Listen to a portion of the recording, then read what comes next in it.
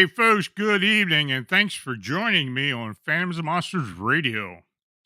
I want to welcome all new listeners and members to the channel, as well as a few first timers in the chat. Welcome. So, in folklore and fiction, ghouls and malevolent spirits often go hand in hand with horror literature and media. They're often depicted as monstrous, demon like beings associated with deadly confrontations, leading to terrible results. Now, in more contemporary reports, the witnesses detail horrific encounters with unimaginable humanoids, shapeshifters, and cryptid abominations. In some cases, these scenes are performed in the gardens of the dead. The wind whispered through the skeletal branches of ancient oaks, their gnarled roots clawing at the earth, where the veil between worlds seems unnaturally thin and the air hung heavily with the scent of decay and forgotten memories. So I'm about to take you into that gruesome place as I reveal real witness accounts and testimonies about cemetery encounters that these experiencers just simply did not expect. But before I go any further, I want to mention that this channel is made possible by you clicking on the subscribe and like buttons and you by sharing our programming. If you're watching us on YouTube, super chat and super thanks donations are appreciated. You can click the dollar icon located below the chat box. Other donation links are also shown in the description. Thanks for your consideration. So, your comments are always welcome. Tell me which accounts you found interesting in the presentation or suggestions for upcoming shows. I want to thank chat moderators Bernadette, Marla, Thomas, and Mike, as well as I want to thank Kevin and Mary at ESP Network. Now, if you're in the chat and have a question, please use all caps, and I'll try to get to each one of them after the presentation. So, in this first account, a Binghamton, New York resident is in a cemetery when they encounter a golem like entity. Now, the witness's sister later experiences strange activity. Is there a connection?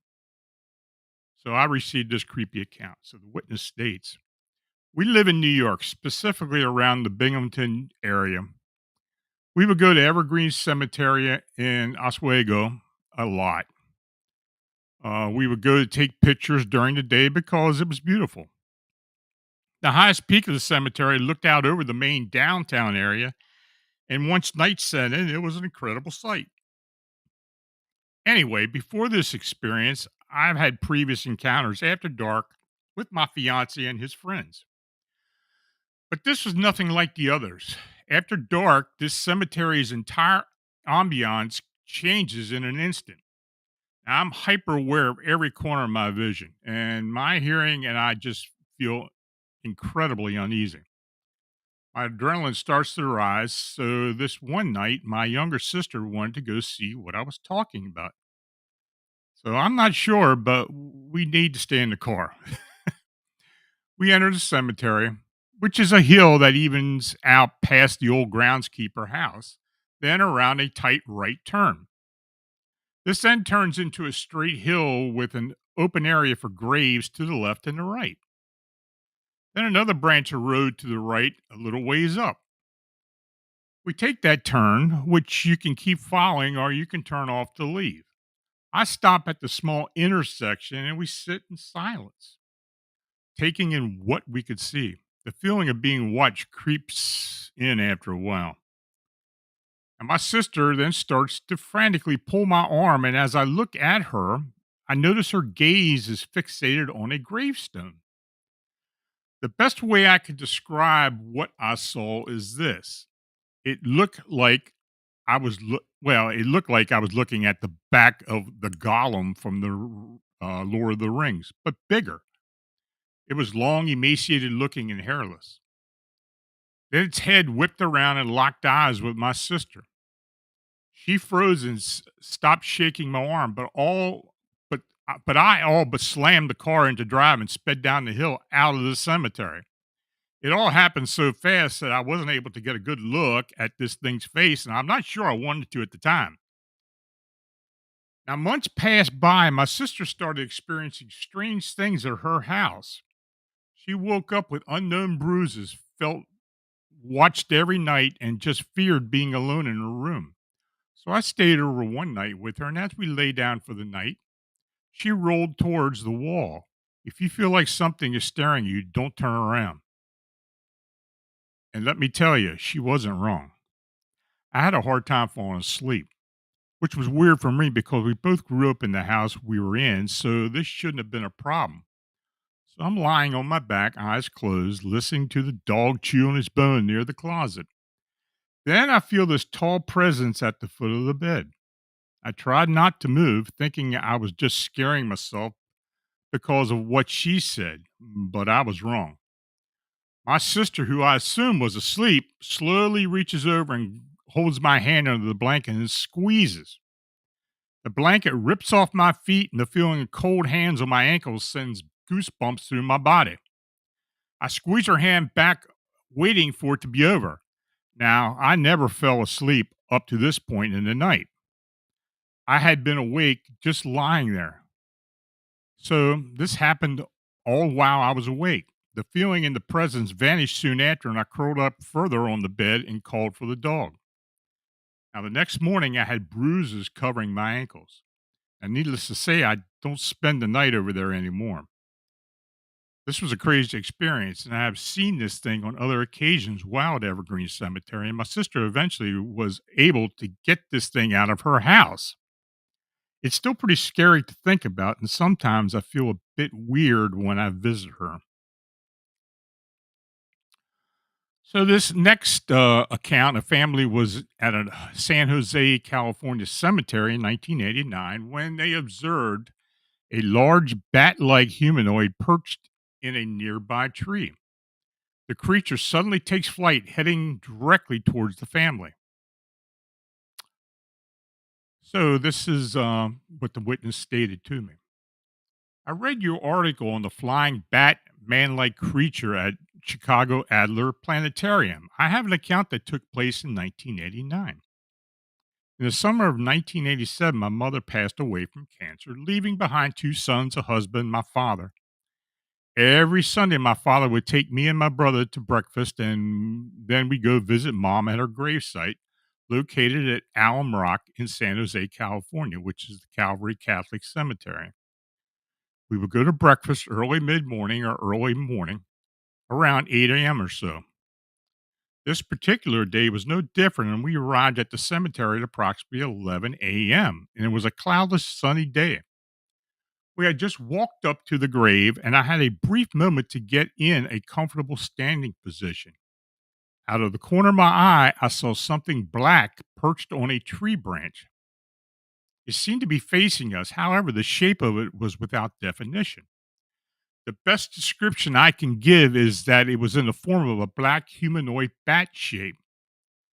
I could see the form of what looked like a head on shoulders and wings rising above those shoulders. The bottom part of the creature was much slimmer, with the rest of the body giving the impression of legs standing upright on the tree branch. But it was without definition, appearing as if a person used a black permanent marker and drew its shape.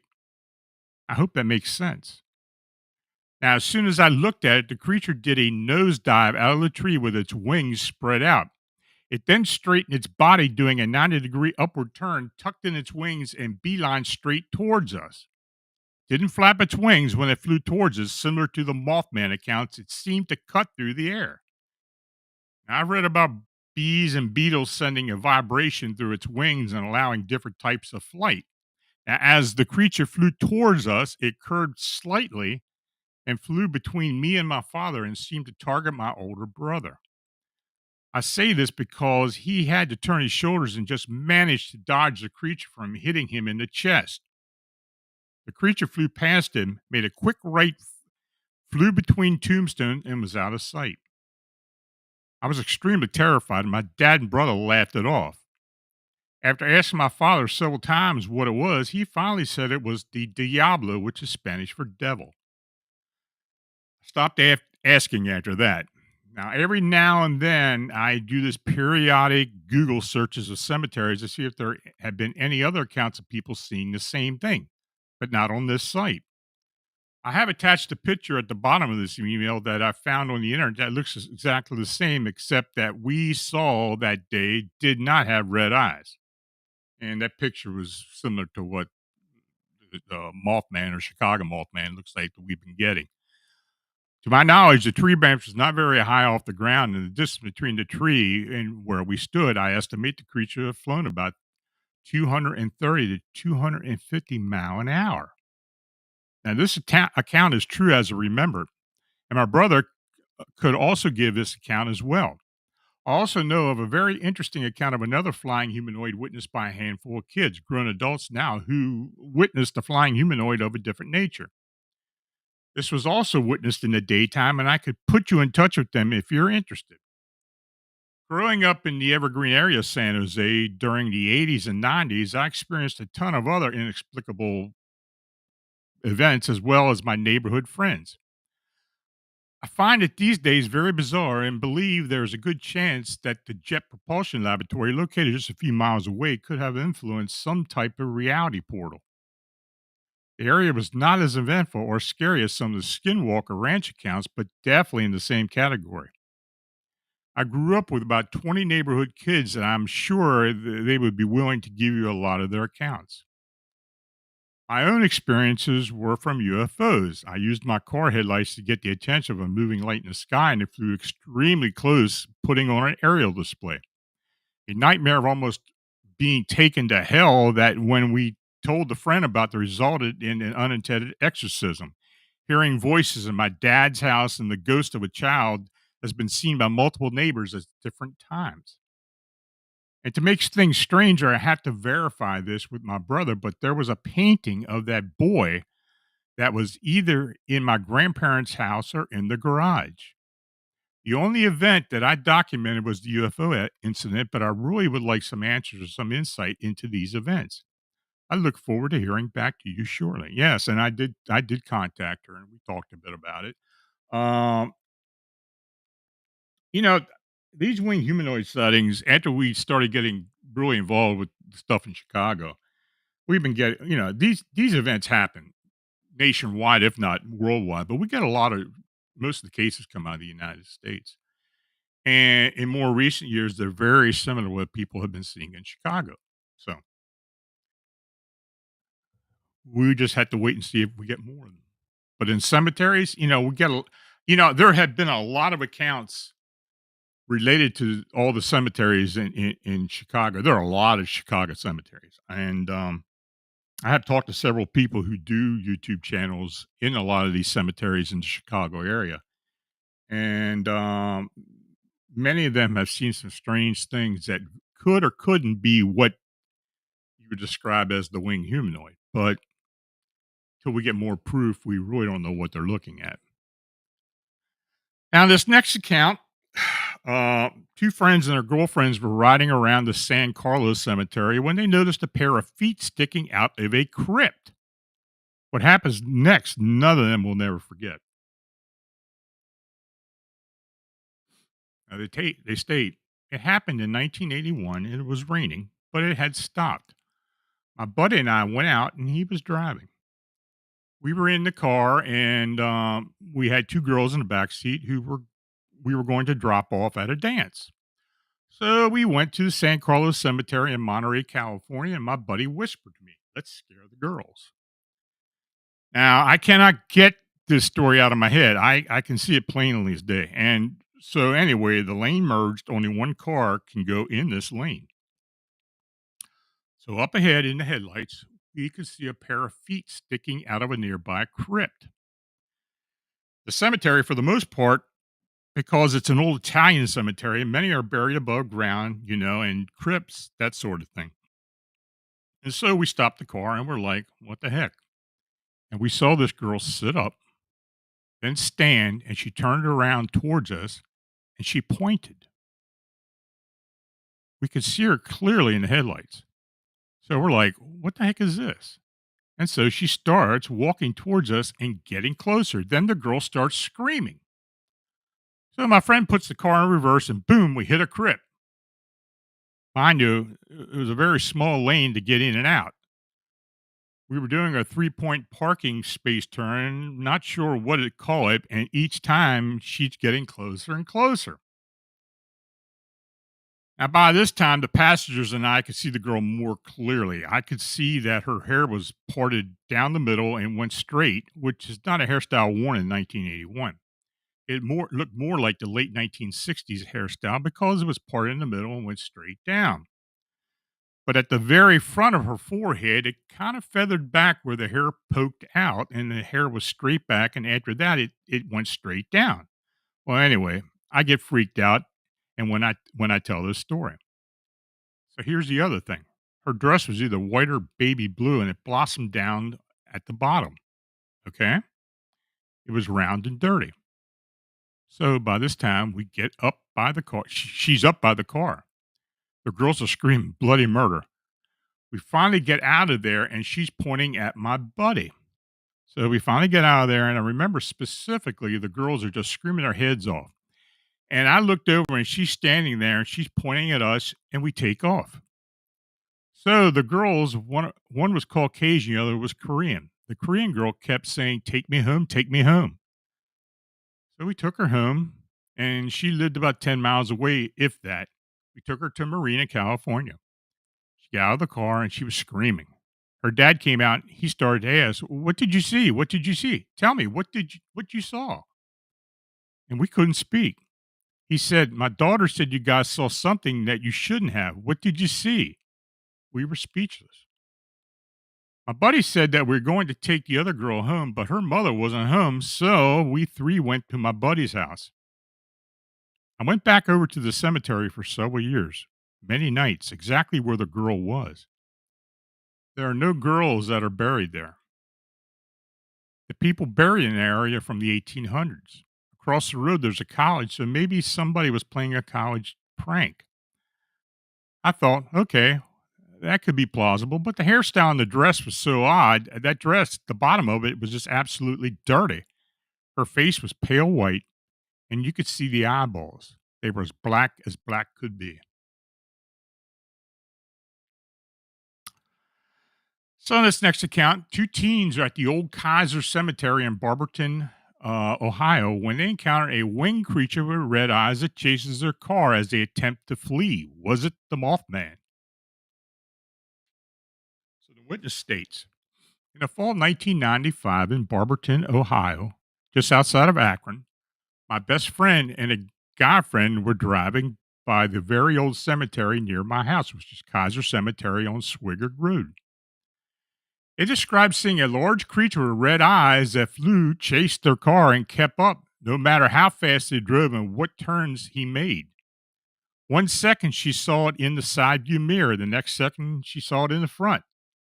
They said it bolted from front to behind effortlessly and only disappeared when it turned onto the main road with heavy traffic. None of us, just kids at the time, ever heard of Mothman. Now, I wasn't quite sure I believed it until she made me tack up blankets over my bedroom window. You could see the graveyard in the distance from my house and pushed my dresser in front of it. She also insisted on sleeping with me in my bed and literally wouldn't even get up to go to the bathroom without her because she was so terrified what had happened. Neither of them has spoken much about it in the years since that night, since our other friends unfortunately made fun of them, but I believe them both. You just can't fake that kind of terror. Interesting side note. I am a mixed blood, part of which is Shawnee from near the Point Pleasant area. I know no other sighting in that area or any incidents involving the cemetery beyond accidentally crashing my bicycle there. Just thought you would enjoy this little piece of personal history. Now, this next account, the witness is driving in a rural area near Willis, Michigan, when an upright canine like humanoid crosses in front of her. The witness seems to be convinced that it was a werewolf. So they state, "Hello, I was driving out in the country in the back road town of Willis, Michigan. Then something quite startling ran in front of my car. It was running so fast, not only was it a 2-footed, 7 to 9 foot blur, it was weird how its legs went from the front back to the joint like an ankle, then forward like the joint, like their knee, like our knee. Then it went back to the hip. It made it go so fast, almost literally went in front of my back road, cruising 25 to 35 miles an hour. I watched, but as fast as it was, I made it full body. I made the full body out. Its head had a pointy like upward ear, like a Doberman Pinscher. Then its body was like a person, except the shoulders were strong, like a very well built man. Its head had remained to point straight ahead, like our heads do, but its body was longer because of how tall it was. It has been running. It had been running like a blurry werewolf, and since it was a full moon, I thought werewolf. But it was running so fast because it had just different shape than the people. So I wish I could draw. I will never forget what it looked like. It went in front of my car running into the small back road cemetery. It had to have been a werewolf. Now, I'm not sure what it was, but as soon as I saw it, my first instinct was to pray and go to the nearest church as fast as possible. So I did. While saying the Lord's Prayer, I trembled and my body was in fear of the unknown. I stayed at that church and slept in the parking lot the entire night. I thought that would be crazy if werewolves had been truly, really, actually physically real, but I went back later to find out the cemetery was called the Child Cemetery, and the name was from the child's family. Most of the tombs had been children of Masonic Templars, for the symbols all had distinct characteristic traits. And the actual percentage of the graves had been for children. All died between 1927 and 1932. I don't know what it was from, smallpox maybe, but that was the first, but not the last time. I was with this girl. I was with this girl crazy. I thought she was talking to herself, but saw two of them running in the field a week later. I thought of shapeshifters and things of nature. I don't know what made it come to mind, but whatever the case was, it was very scary. Now, this next account I got from my buddy Ron over at Faces of the Forgotten on YouTube. He does a lot of the he talks a lot of stories about people who had died and where they're buried, and shows their grave sites and gives a little story about them. But the show is called Faces of the Forgotten. So if you want to check it out, go there. He's got it. It's a good site. Um, Now there have been several incidents of entities reported at the Lithuanian Liberty Cemetery in Spring Valley, Illinois, over the years. One of these entities has been described as a faceless, tall, and thin, slender man like specter. Now, the Masick family mausoleum sits inside the small graveyard. Locals tell the story of the Hatchet Man, a frightening ghost who likes to guard the cemetery. The door to the mausoleum is said to stay warm, even though it has been sealed closed since the 1960s when vandals stole a skull from it. Now, in Rosemary Ellen Guiley's A Complete Vampire Companion, she talks about a pale, thin apparition seen there at night. According to the book, and after hearing about the sightings, a reporter poured holy water into the mausoleum's vent and constantly heard an eerie groaning coming from the crypt. One of the visitors to the cemetery commented, "We went during the day because we had my friend's young son with us, who was very interested in exploring haunted places. Now, we drove past the cemetery a few times before we realized there was where the entrance was, as is it's almost impossible to find. I had not read up legends or stories told about the Liams, so we had no idea what to look for. On a bit, looked at the old graves and checked out the mausoleum. Nothing felt off too. I was getting ready to leave, and my friend's kid started running towards the entrance. Not from anything, just running because he's a kid. And as he's running, he ran past me, and I swear I saw a dark figure running alongside of him. I did a double take and saw nothing. I did a double take and saw nothing there the second time around, but he's running towards the entrance. He stopped dead in his tracks and immediately turns his head to the mausoleum and asks if the holes at the top are for them, the dead, to look out of. They're just ventilation holes, but I thought the whole situation was kind of spooky. So I had found another visitor who had stated, "I went there with friends around midnight multiple times while in high school. One night we turned the car and lights off at exactly midnight because we heard people saying it has to be at midnight. We heard faint moaning sounds in the distance, so I, in the passenger seat, told the driver to leave. I didn't believe in ghosts or anything supernatural, but that noise freaked me out enough to want to leave. His car took 3 attempts to start. Probably just a coincidence. It was an old family van. I had my arm out of the window, and as we drove away, I felt something on my arm. Now, my friend in the back seat said she saw somebody, but nobody else saw anything or anyone. And when I got home, I got in the shower. I had scratches on my arms that appeared to be coming from fingernails. 2 days later, the same driver gave me a ride home, and I saw on the passenger side door near the window that I had my arm out on were scratches that lined up perfectly with the scratches on my arm."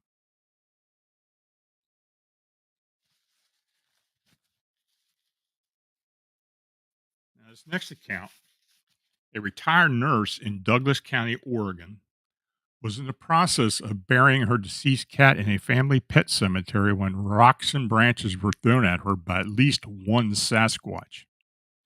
So she states, "I'm a 70-year-old retired nurse and a 27-year veteran of the U.S. Navy and Army. I grew up in Oregon and frequently went hunting and fishing with my father. Every year since I could hold a fishing pole or legally hunt with him, I guess you might say that I knew most of the animals that are normally found in the area near where I lived and hunted during those expeditions in the wild. I've never seen or heard, smelled anything that might be evidence of a Sasquatch that lived in the area where we hunted. I've also been skeptical that such a creature existed even after the Patterson film was released. Now, while I was on active duty, I came home on leave for hunting season, which occurs around my dad's and my birthday. The last hunting season that I went on with my father before he could no longer hunt was near the area where my encounter would occur.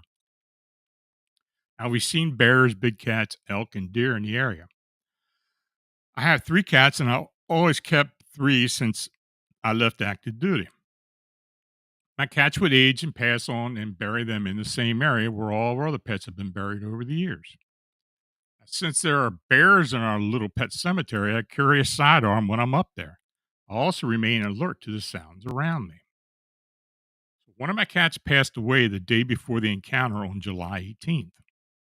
On the afternoon of the 19th, I took him up to the little pet cemetery below Harness Mountain, which is located in Douglas County, Oregon. I was digging the small grave and was nearly done when I heard what I thought was a bear moving through the brush on the small hill above the pond.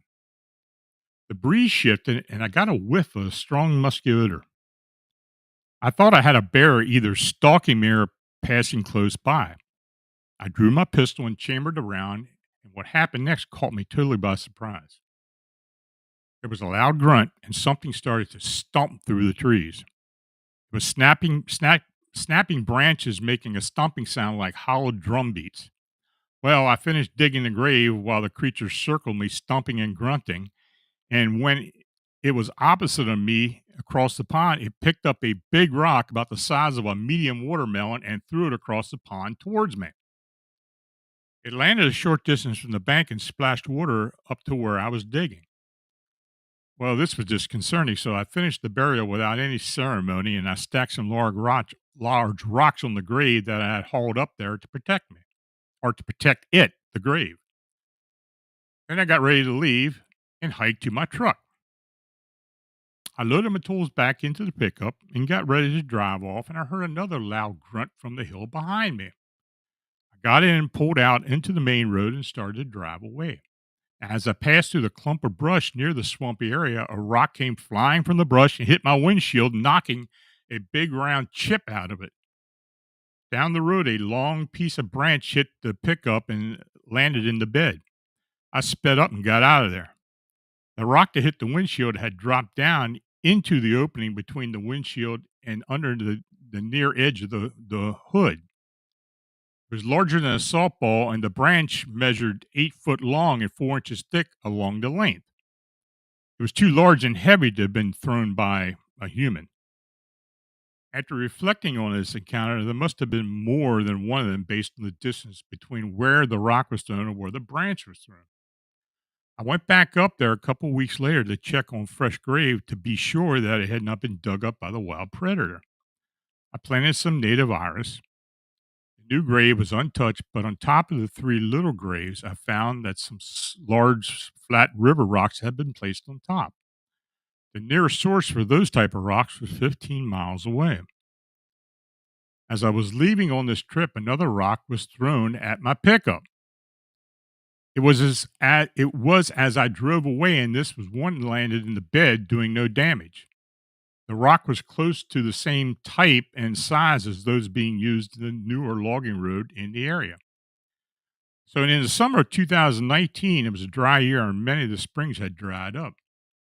The pond was probably the only source of water nearby.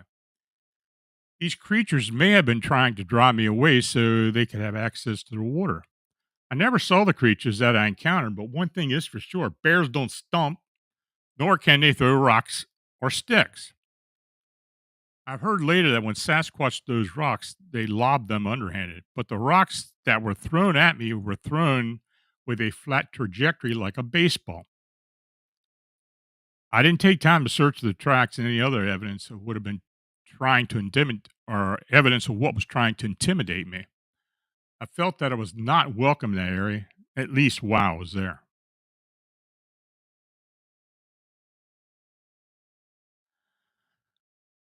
So here's the last account. A group of college friends had been playing with a Ouija board for several weeks when they decided to take it to a cemetery. Not good. That night, they realized there was more to it than just simply a game. So the witness states, my story happened back in the early 1990s when I was in college in North Carolina. Some of my friends and I had gotten to playing the Ouija board. We had been doing it for several weeks and had many contacts with spirits. I was skeptical about the whole thing and figured someone was pushing the thing around the board. Now, one girl was particularly into it, and the board seemed more active when she was around. I often thought she was pushing it, even if it was subconsciously. Some of my friends felt the same way, but she was good looking, so I went along with it. One night, we were really into it and got the great idea to go and do it in a cemetery. I don't get scared by much, so I agreed. I led the way in my car and didn't know where I was going. We went up the mountains and drove until I found a cemetery with a light so we could see what was going on. We all got out. There were 6 or 7 of us in 2 vehicles. Well, we gathered around and 4 people got on the board. Not the girl because she didn't want us to think that she was moving it around. She did ask the questions though, because, like I said, she seemed to get a contact all the time.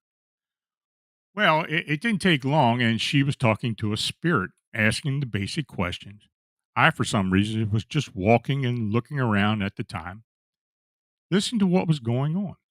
She asked the name of the spirit, and of course, it was taking time to spell out. When they were finished, she said the name and asked if it was right, and the cursor went right to yes. And as she said the name, I looked at the headstone I was standing by.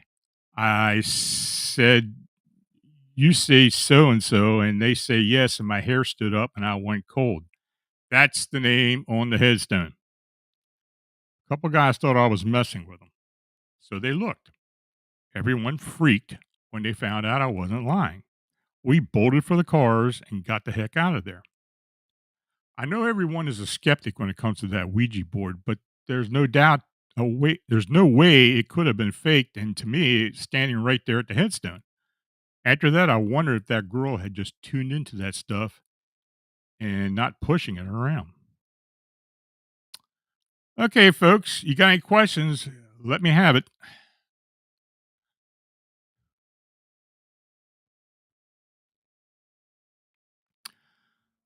Well, I can tell spring's coming because my sinuses and my hay fever is going nuts. It's starting to warm up too. Anybody got any questions?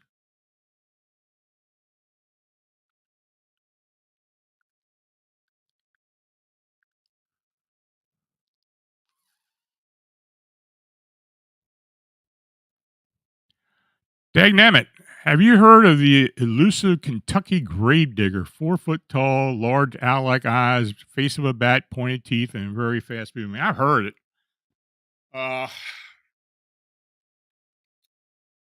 I don't hear it a whole lot, but I heard a couple of those, and they're pretty similar. But I have heard of it. I've never had anybody contact me about having an encounter with it, but like I said, I have heard of it.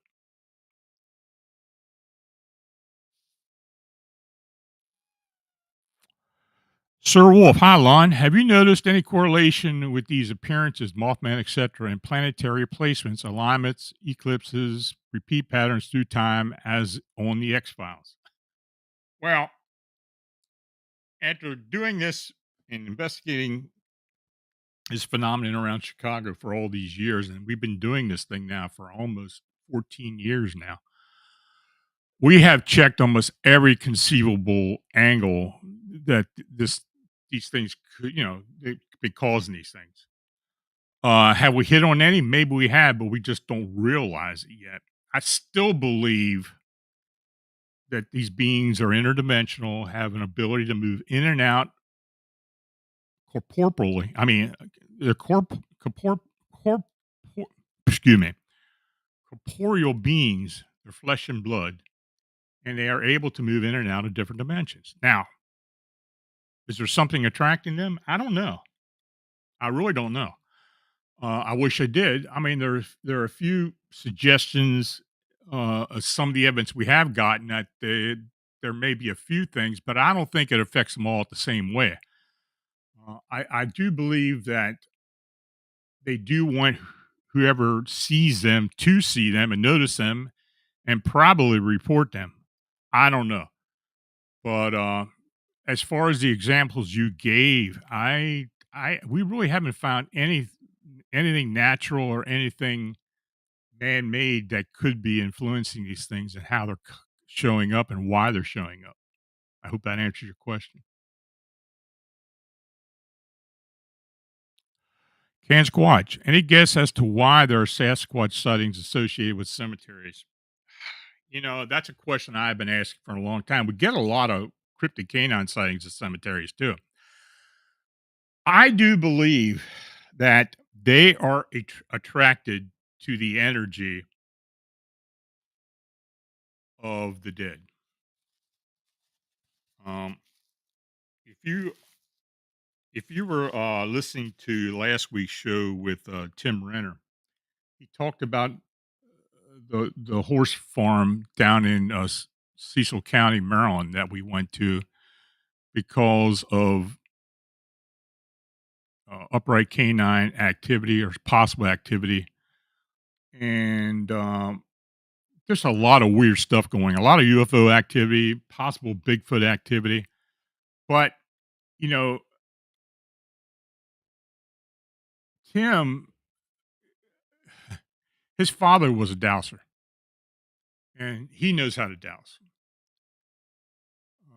water witch or whatever you want to call it. And he mentioned something about the elm slip that he had that literally broke off in his hands from the energy being uh,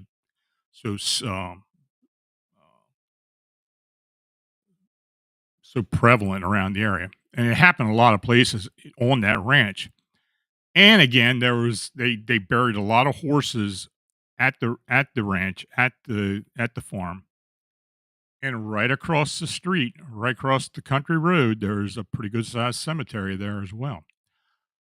I just think that some cryptids, particularly Bigfoot and upright canines, or even just regular dogman, are attracted to that energy for whatever reason.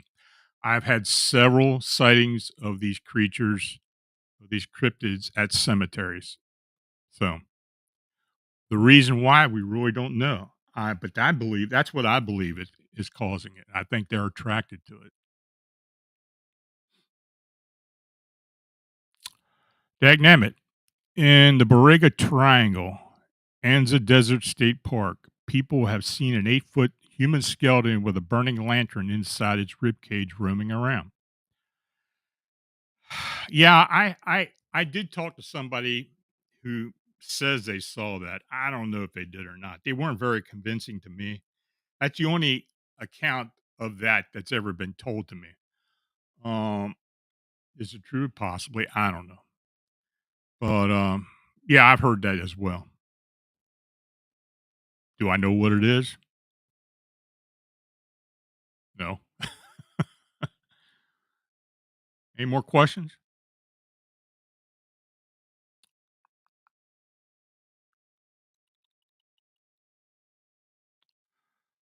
Okay.